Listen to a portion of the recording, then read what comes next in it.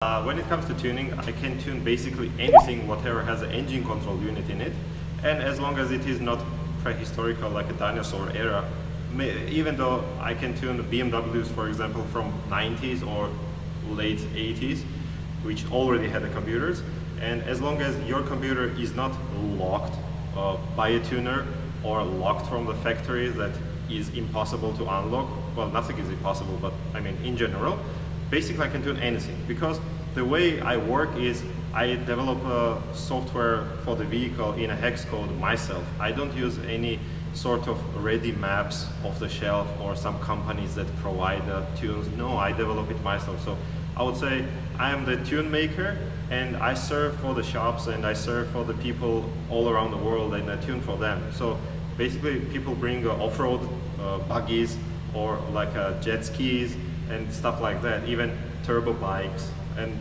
anything, basically whatever has an engine control unit on it and can be programmably adjusted. Yeah, I can tune basically anything. Nice. And I guess what's the coolest and fastest car you've ever tuned?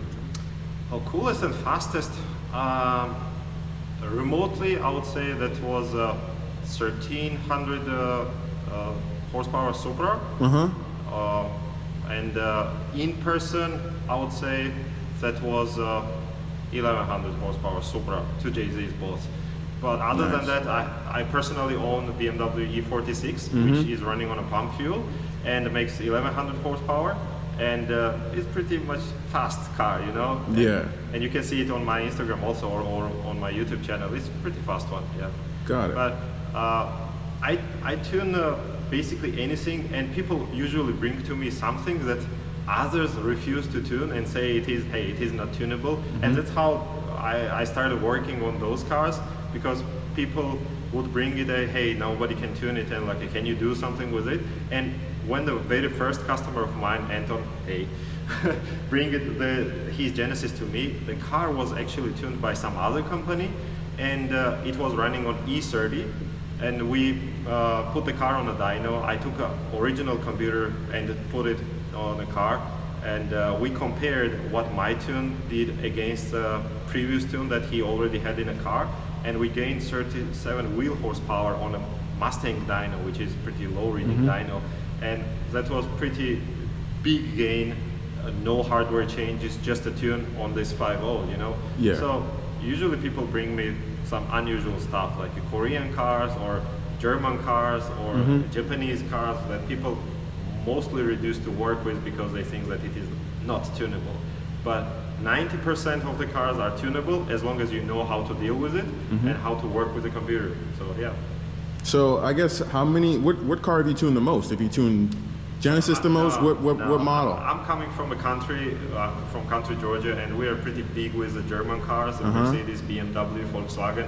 And I have a pretty huge experience with the BMWs, pretty huge experience with the Mitsubishis, because I personally own a Mitsubishi Lancer Revolution 2, JDM right-hand drive. There you go. Yeah, so it is way faster than a liter sport bike.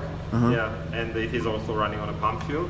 So yeah, I'm pretty big with those two brands because whole my life I've been dealing with them. But like I said, I can tune basically anything. And lately, for the last 3 years, I've been tuning the Genesis. So many, every day I do a random different setup, different fuels and different configurations on the Genesis 5.0 or 4.6 or 3.8. Yeah, and it's fun, you know. Nice. Yeah. Cool.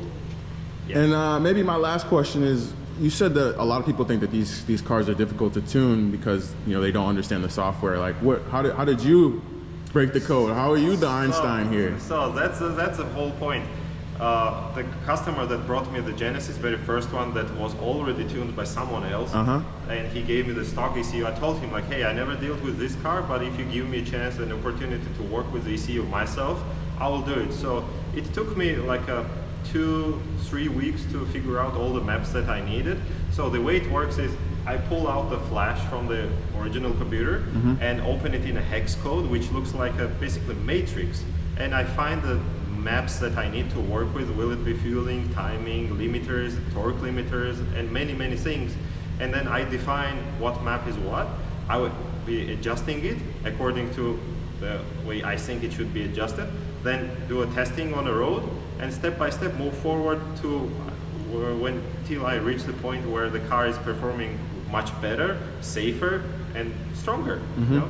And that's how I work with basically any car. When somebody is bringing something new that I have never worked with, I take my time to develop the maps that I need to work with, and I go from there. Yeah. So I basically work with a matrix and develop things from scratch. Nice. That's what's up, man. So many people think that tuning is just a plug in the cable, click next finish, and you are done with the tuning. But that's only user-friendly customer side of the tuning, you know, who doesn't need any knowledge. And basically, many companies offer such way of the tuning for the customer, like end user.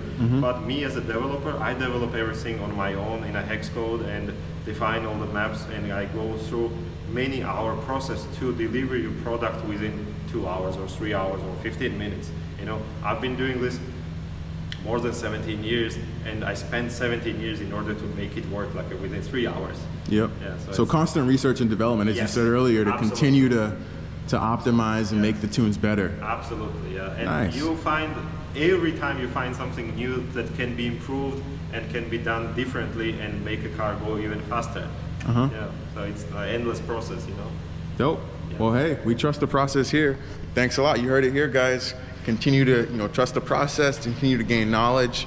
And yeah, if you guys have any questions, you can feel free to reach him over at GEPTuned on Instagram, as well as GEPTuned.com.